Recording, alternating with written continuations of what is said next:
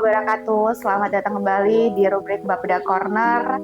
Seperti biasa di setiap episode kita menghadirkan narasumber yang nantinya akan kita ajak berbincang terkait dengan bagaimana kondisi di Kota Makassar. Mungkin ada keresahan dari masyarakat Kota Makassar yang perlu sebaiknya kita bahas bersama di sini, dan sekaligus juga kita akan memberikan edukasi melalui perbincangan kita sebentar.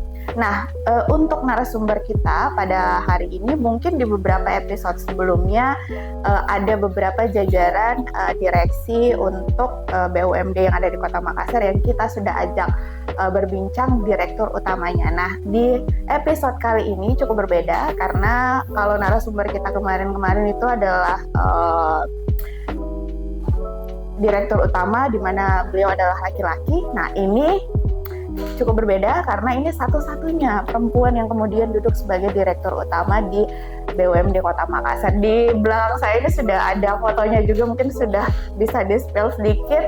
Nah, langsung saja saya sapa Ibu Yulianti selaku direktur utama dari PD Parkir Makassar Raya. Assalamualaikum, Bu. Waalaikumsalam warahmatullahi wabarakatuh. Ya, ini masalah parkir. Ya. Masalah parkir itu kalau kita lihat di Kota Makassar, saya sih bisa bilang top 10 keresahan masyarakat Kota Makassar sebenarnya. Keresahannya adalah ketika kita ngomongin soal parkir, itu kadang masyarakat mengeluh, kita parkir di mana ini sebenarnya? Kok parkirnya mahal? Kok beda? Parkir di sini beda, parkir di sana beda. Kemudian masalah lahan parkirnya yang tersedia seperti apa? Tapi sebelum kita masuk ke situ, Ibu mungkin bisa dijelaskan dulu seperti apa sebenarnya jajaran direksi di PD Parkir.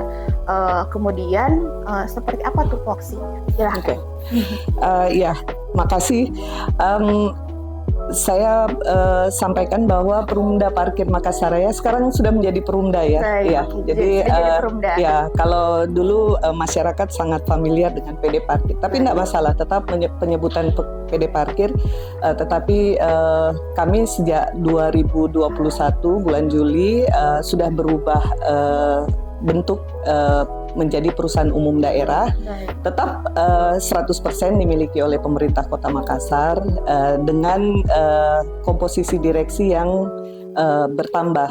Jadi Perda 2 2021 tentang pendirian Perumda Parkir Makassar Raya itu menyebutkan bahwa maksimal ada 5 direksi dan 5 dewan pengawas, ditambah dengan 3 orang komite audit. Dan untuk jajaran direksi sekarang ini selain saya sebagai direktur utama, kami ada direktur umum, kemudian direktur operasional, direktur ini yang baru nih, ada 2 tambahan itu adalah yang dulu tidak pernah ada di PD Parkir sewaktu PD, sekarang setelah Perumda ada direktur keuangan dan aset, kemudian satu lagi direktur pengembangan dan kerjasama.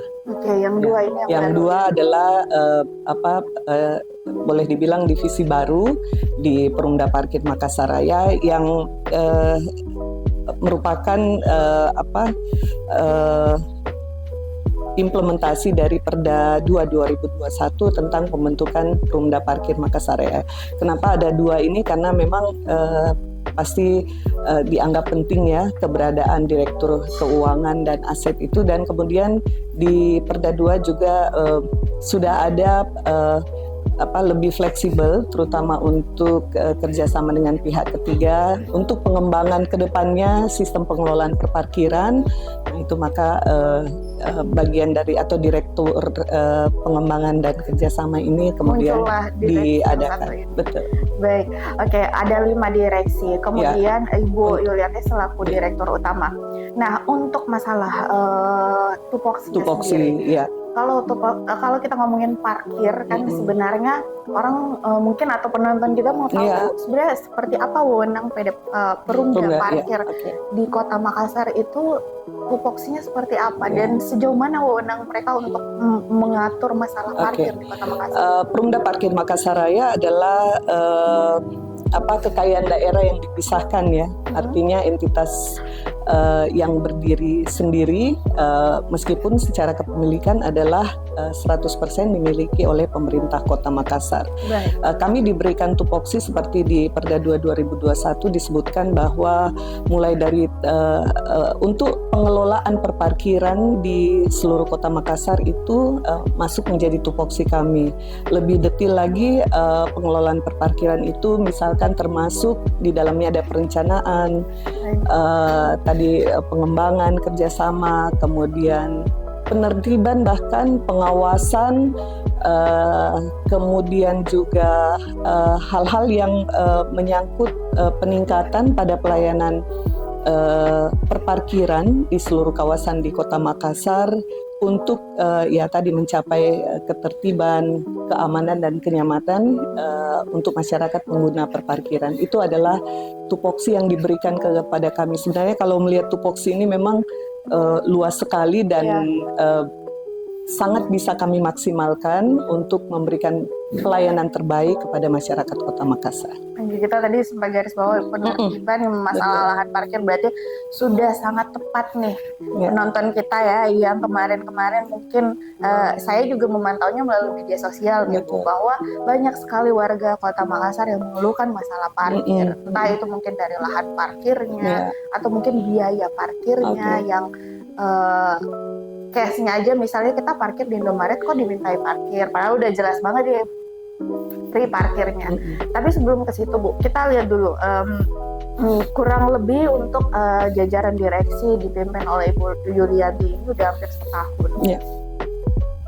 Kalau boleh tahu hasil evaluasi yang kemudian dari tahun sebelumnya yang menjadi catatan besar atau catatan penting yang kemudian menjadi fokus di tahun ini, ada tidak Bu yang kemudian jadi hal-hal yang penting yang perlu kemudian dilakukan lebih awal oleh Perumda Parkir? Ya, kami kan terpilih atau menjabat sejak Juli 2022 ya. Artinya memang sudah hampir setahun kami ada di posisi sebagai direksi di Perumda Parkir Makassar Raya. Memang pada saat kami masuk, tentu saja ada langkah-langkah yang sudah kami lakukan untuk paling tidak memetakan permasalahan nih.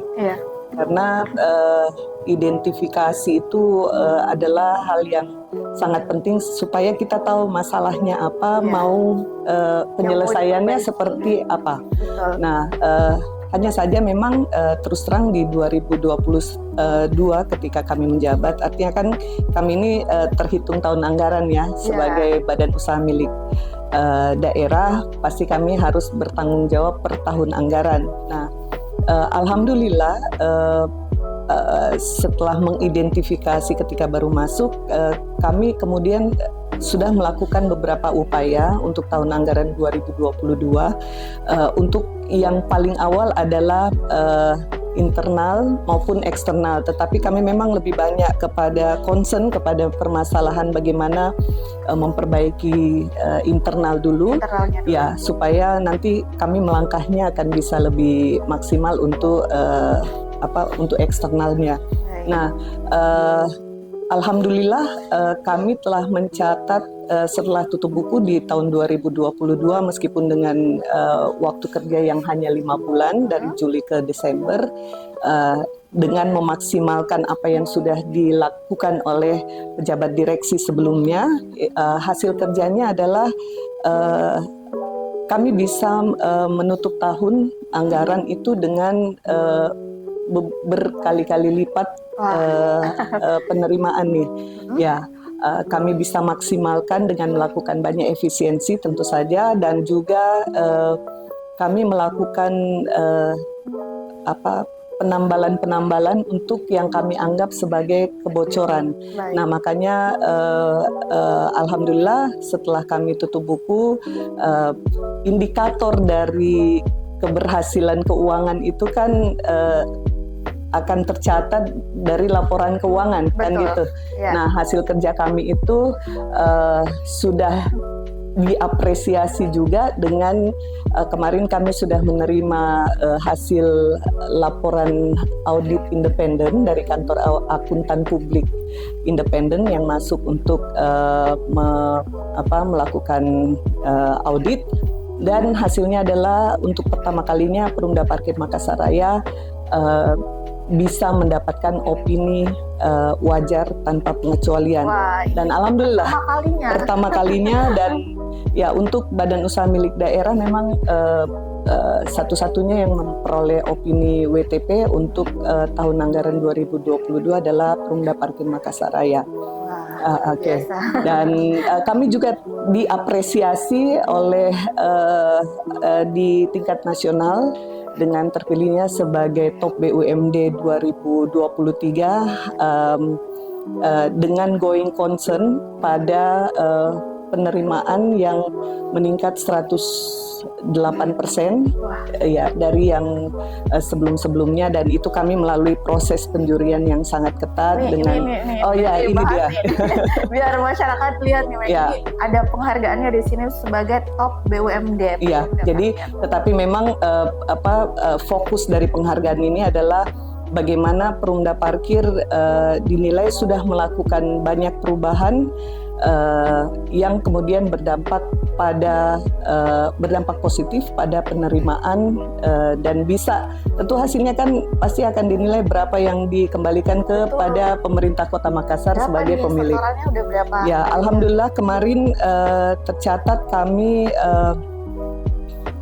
tutup buku itu ya angkanya juga cukup lumayan, dan tetapi ada beberapa hal yang juga kami sudah selesaikan, beberapa permasalahan yang selalu menjadi catatan setiap dilakukan pemeriksaan, dan kami itu tutup bukunya ada di angka di atas 1 miliar rupiah gitu. Itu secara keseluruhan. Secara keseluruhan ya, jadi laba bersih yang bisa, bahkan sebenarnya ini sebenarnya jika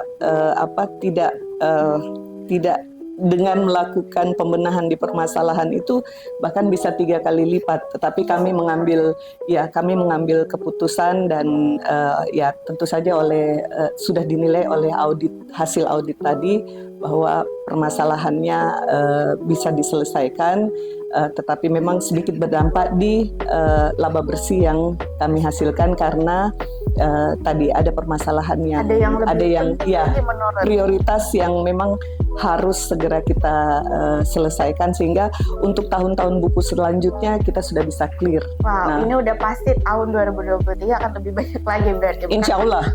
Masalahnya sudah selesai. Betul, tepat. Baik. Wah, itu sepertinya untuk di tahun 2022 memang Perumda Parkir satu-satunya BUMD yang kemudian punya dividen yang disetorkan ke pemerintah kota ya. Oke, jadi itu artinya masyarakat Kota Makassar yang bayar parkir ya sudah tidak boleh lagi bernegatif thinking kalau saya bilang Bu ya, bahwa kok kita bayar parkirnya ini dikemanain semua nih. Nah, betul. Karena memang betul karena sudah ini jelas ya disetorkan ke pemerintah kota, jadi jangan negatif.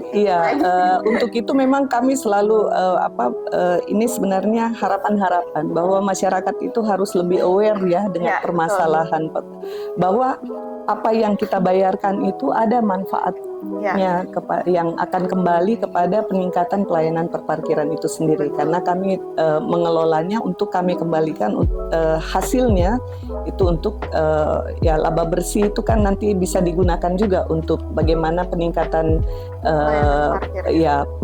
pengelolaannya juga termasuk di dalamnya. Apakah nanti ke depannya kita ada banyak sekali program-program yang kami harapkan bisa mengubah wajah perparkiran di Kota Makassar. Nah, itu tadi program Bu. Ini yang sebenarnya mau jadi pertanyaan saya selanjutnya.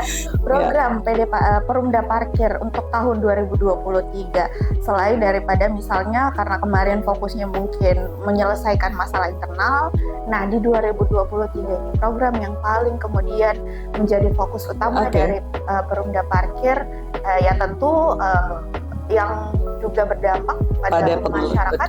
Itu seperti apa? Jadi kami diberi amanah oleh Bapak Wali Kota selaku KPM atau kuasa pemegang modal dari atau dengan kata sederhananya pemilik dari perusahaan parkir Makassar Raya ini untuk melakukan upaya-upaya yang lebih cerdas dalam penyelesaian permasalahan perparkiran di Kota Makassar. Kami sudah diberikan rumusnya nih sama Pak Wali Kota, tinggal bagaimana mengimplementasikan. Eksekusinya itu ada di kami. Cuman memang terus terang rumus sudah kami dapatkan, pemetaan permasalahan sudah kami laksanakan di sambil berjalan pada 2022 yang lalu dan di awal di triwulan pertama 2023 ini kami melakukan juga identifikasi permasalahan seperti yang saya sampaikan tadi dan memang untuk menyelesaikan permasalahan parkir di Kota Makassar kami juga sepakat seperti amanah yang diberikan oleh Bapak Wali Kota untuk melakukan program member parkir. Baik. Member parkir ini, tetapi untuk sampai kepada member parkir pasti harus ada tahapan yang akan kami lakukan banyak tahapan, termasuk tadi kita sempat ngobrol kebocorannya di mana sih Bu? Kan pertanyaannya begitu. Kalau dilihat bahwa kebocoran itu kan selama ini pengelolaan perparkiran di Kota Makassar itu kan masih 100% dilakukan dengan tunai. Ini bayar parkir. Bayar parkir. Karcis ada, yang kadang-kadang ada. Itu yang menjadi. Kalau orangnya minta. Itu permasalahannya di situ. Bocor-bocornya itu ya. Betul. Nah, jadi tugas kami adalah sekarang sedang mengidentifikasi dan melakukan kajian awal untuk ujungnya tadi ini adalah member parkir, tetapi mengubah pola penerimaan di perparkiran itu kami akan mulai dengan non tunai atau cashless.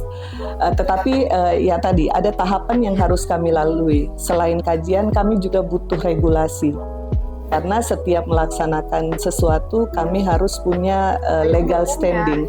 Ada payung hukum yang harus dipenuhi. Tapi sekarang ini berjalan paralel karena kami sudah memenuhi juga target dari pemerintah Kota Makassar untuk menyerahkan draft perwali yang nantinya akan mengatur pengelolaan perparkiran, termasuk nanti di dalamnya adalah tarif,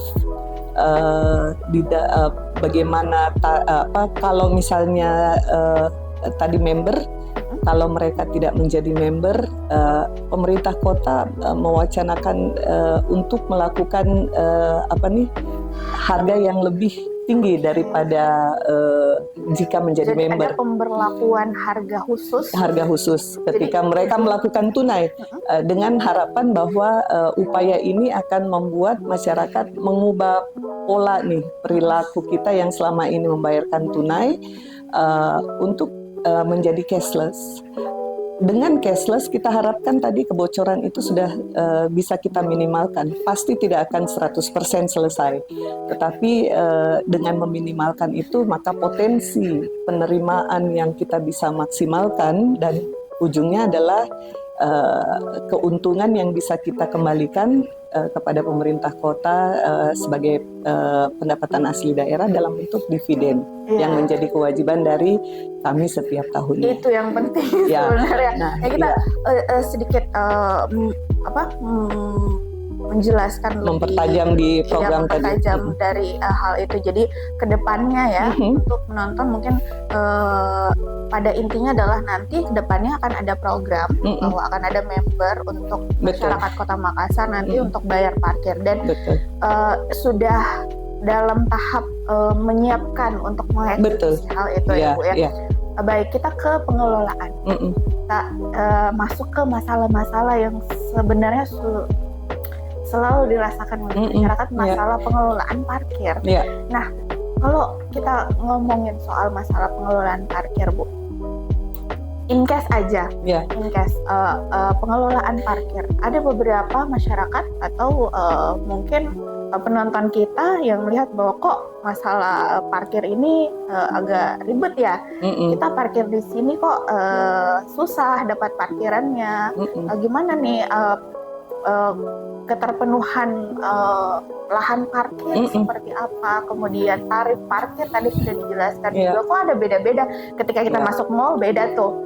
Ketika kita parkir di depan Indomaret misalnya, beda lagi deh. Itu gimana Bu? Itu pengelolaan seperti itu mungkin agak teknis tapi masyarakat mau tahu. Oke. Sebenarnya kalau sesuai dengan Perda 17/2006 yang sementara yang menjadi acuan kami dalam bekerja untuk bidang pengelolaan perparkiran di Kota Makassar, itu sebenarnya hal-hal itu sebenarnya sudah diatur. Termasuk misalnya parkir itu kan R4 atau roda 4 itu di angka 3.000 dan R2 atau roda 2 motor itu ada di angka Rp2.000. Sementara di situ ada juga wilayah-wilayah yang juga diatur di peraturan wali kota, selain Perda 17/2006 tadi ada perwali juga yang mengatur tentang kawasan-kawasan khusus nih. Nah, misalnya 3 ruas jalan yang ada di Jalan Kartini, Somba Opu dan Penghibur itu memang ada harga khusus, dikelola secara elektronik dan progresif.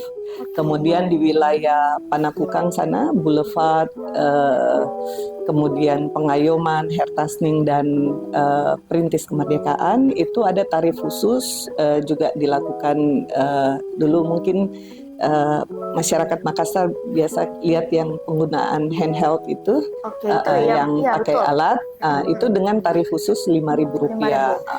Nah, jadi memang kita sebagai masyarakat memang perlu tahu. Ada juga karcis-karcis yang kami keluarkan, potensi lain yang kami kelola itu misalnya parkir insidentil. Ini kalau misalnya kita melakukan aktivitas di Car Free Day atau ada konser musik misalnya. Nah, itu namanya parkir insidentil dan karcisnya itu memang ditetapkan Rp5.000 dan tapi flat ya. Nah, itu potensi-potensi yang sekarang ini sedang kami jadikan sebagai sumber pendapatan. Dan kalau misalnya ada perbedaan itu sebenarnya memang itu tadi. Kalau di mall lain lagi nih. Di mall adalah kondisinya itu diatur karena itu kawasan khusus, jadi pengelolanya itu akan punya aturan khusus tersendiri.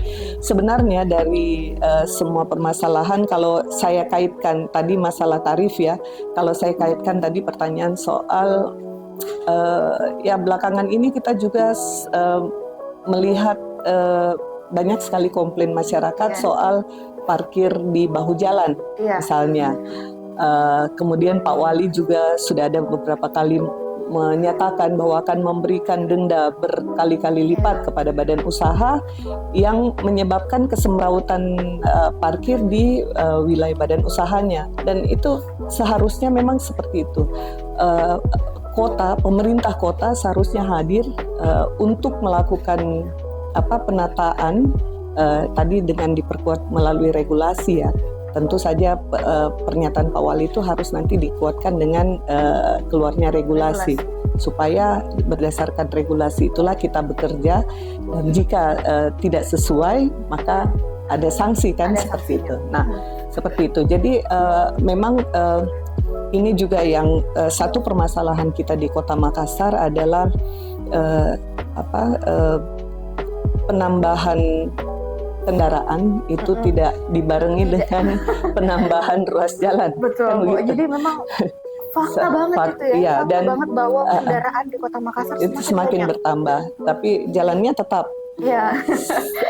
Kemudian ada aktivitas usaha yang didirikan itu tapi tidak memikirkan menyediakan tempat untuk parkir. Atau juga ada yang belakangan setelah COVID kita lihat kan ya, alhamdulillah roda ekonomi Kota Makassar itu terlihat sangat bergairah belakangan ini.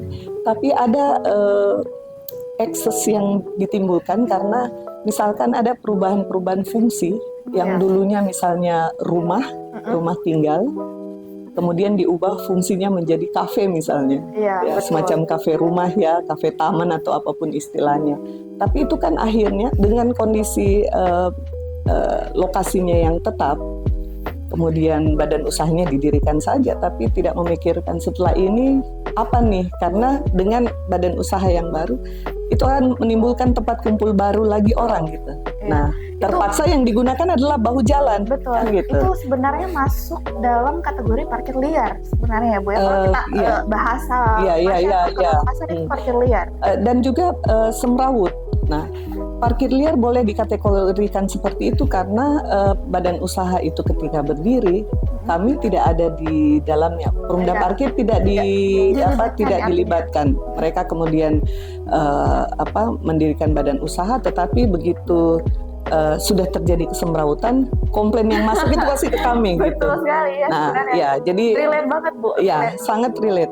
Dan bayangkan kalau satu rumah yang dulu punya garasi, pemilik rumahnya masuk punya garasi, tapi karena dia berubah fungsi menjadi badan usaha, kafe misalnya, ada 4-5 mobil yang sekali datang berkumpul, nah itu pasti akan menyebabkan kesemrawutan. Makanya wacana-wacana yang disampaikan oleh Bapak Wali Kota dalam hal ini memberikan sebenarnya peringatan bagi orang-orang yang akan membuka badan usahanya supaya juga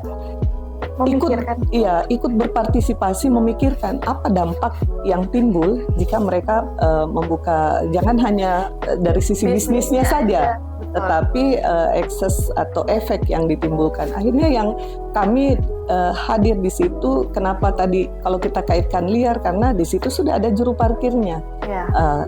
Masyarakat kan tidak mau tahu semua permasalahan parkir itu pasti PD Parkir yang urus. Padahal kami ternyata tidak ada di situ. Jukirnya misalnya tidak menggunakan ID card.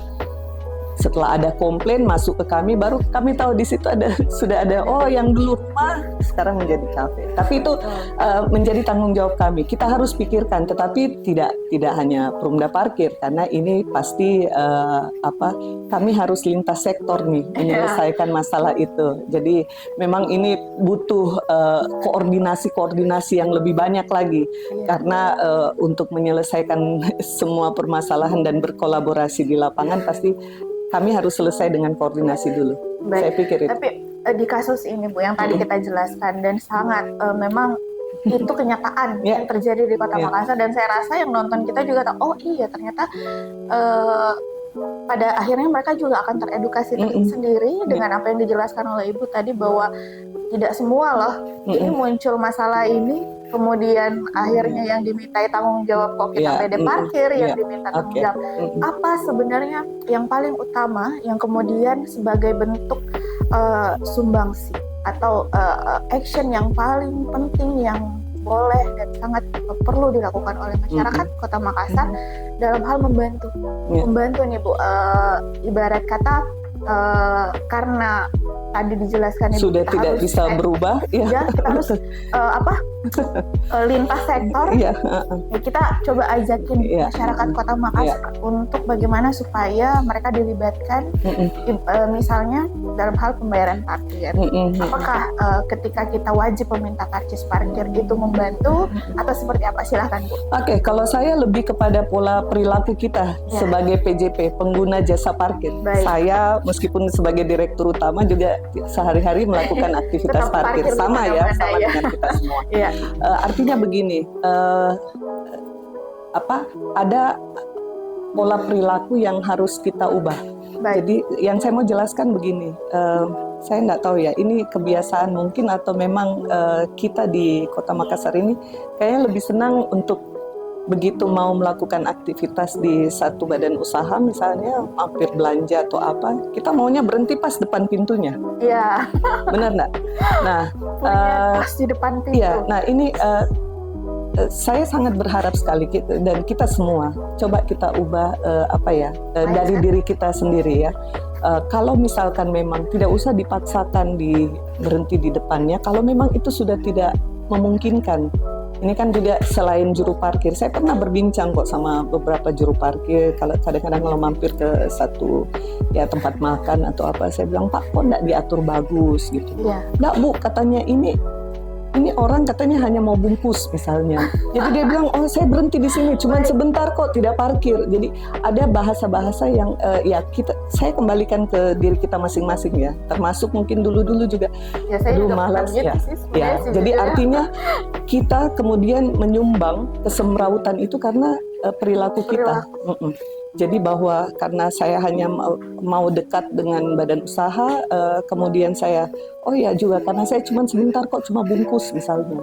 Saya di situ akhirnya mengambil yang bukan hak kita. Badan jalan ini kan hak dari pengguna lalu lintas ya, pengguna jalan gitu. Nah kalau kita sudah, misalnya kita sudah lihat, kadang-kadang parkir itu sudah dua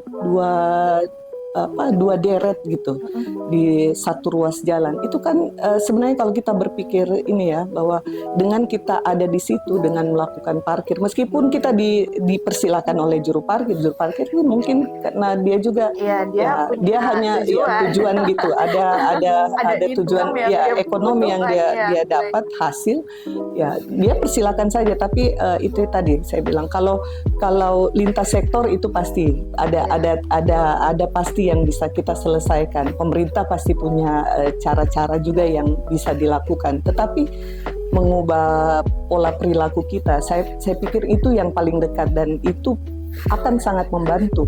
Artinya misalnya kalau kita mau singgah rumah makan, ya sudah mungkin sebelah sana agak jauh-jauh sedikit, ya sedikit ada taman olahraga lah biar lebih sehat. Tapi jangan hanya karena memikirkan kepentingan kita, akhirnya kemudian mengambil yang bukan hak kita, hak orang lain yang akan lewat itu sudah terambil dengan cara kita memarkirkan kendaraan. Saya pikir itu.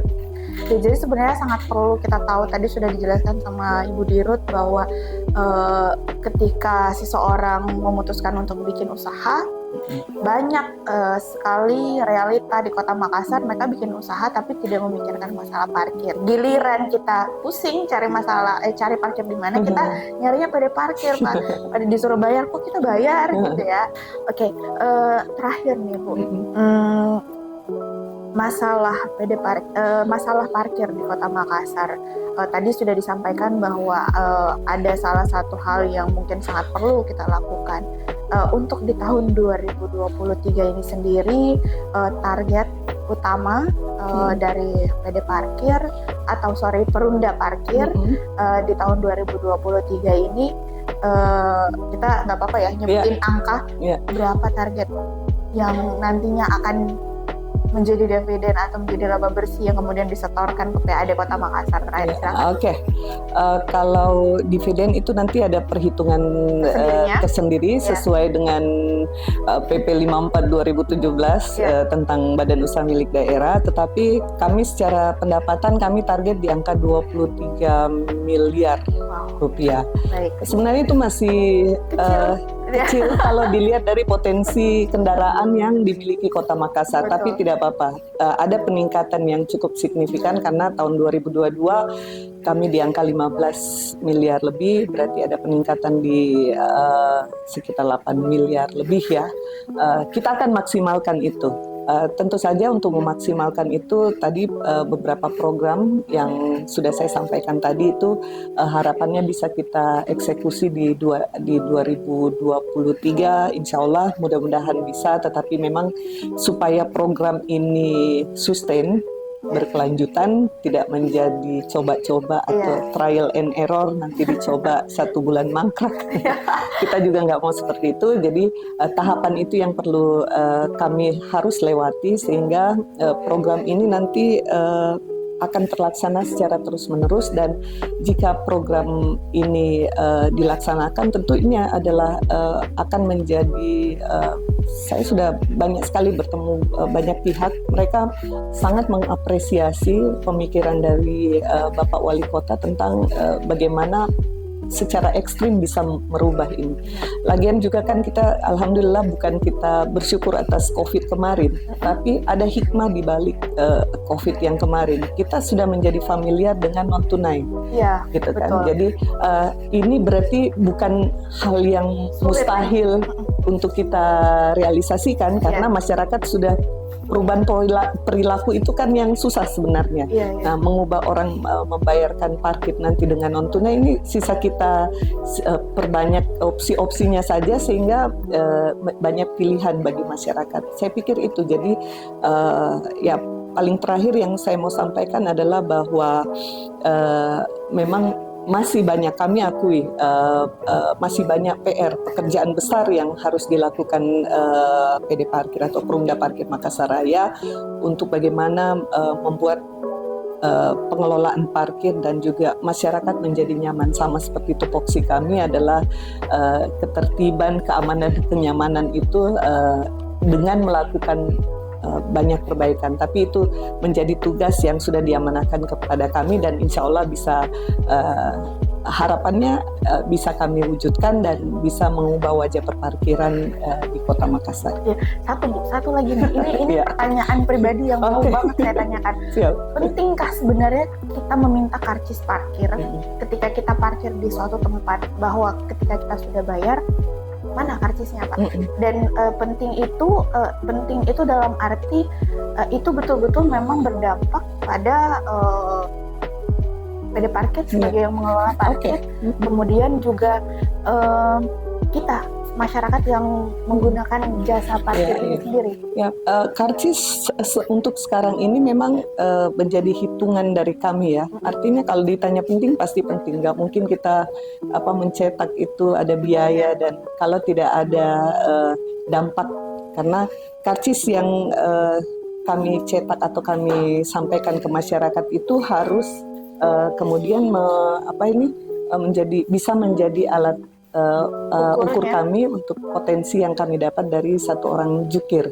Nah, makanya karcis itu kan ada yang kayak huruf timbulnya itu dikorporasi istilahnya, dan itu menjadi bahan hitungan ke Badan Pendapatan Daerah. Itu kami lakukan jadi bukan hanya semacam cetakan biasa atau di fotokopi dan lain-lain, tidak. Jadi karcis yang sebenarnya adalah yang ada korporasinya, yang ada huruf timbul kayak huruf braille itu, karena itu juga ada kaitannya dengan apa yang kami menjadi alat hitung di berapa banyak yang sudah kami keluarkan. Saya pikir itu. Wah, jadi penting banget nih. Dan saya rasa juga masyarakat Kota Makassar juga banyak sebenarnya yang punya kebiasaan kayak saya, Bu ya, parkir bayar aja, karcis parkir. Nah, mulai sekarang kita wajib banget pakai banget untuk minta karcis parkir ketika sudah membayar parkir. Dan tadi sudah dijelaskan sama Ibu Dirut bahwa jenis karcis parkir yang betul-betul resmi keluar dari PD Parkir adalah yang ada korporasinya. Jadi ada garis timbul-timbul yang kemudian berbeda ketika itu difotokopi, Bu ya. Baik, terima kasih banyak. Oke, sama-sama. Ini perbincangan yang sangat penting sebenarnya untuk diketahui oleh masyarakat Kota Makassar, karena tadi di awal saya sudah bilang bahwa masalah parkir ini adalah top 10 masalah keresahan masyarakat Kota Makassar sebenarnya. Dan kedepannya melalui perbincangan kita tadi, masyarakat tentu sudah ada edukasi bahwa karcis yang benar seperti apa, kemudian regulasi yang penting dan sangat dibutuhkan oleh PD Parkir juga sebenarnya masih ditunggu-tunggu sampai detik ini. Ada juga kemudian pola perilaku yang diharapkan ada muncul di masyarakat kita ya Bu ya. Terima kasih banyak Bu. Sama-sama. Nanti kita lanjut lagi bincang-bincangnya, masalah parkir ini sangat banyak sebenarnya dan sangat luas sebenarnya. Nantikan episode berikutnya tentu di Bapeda Corner. Saya Elsa pamit. Assalamualaikum warahmatullahi wabarakatuh.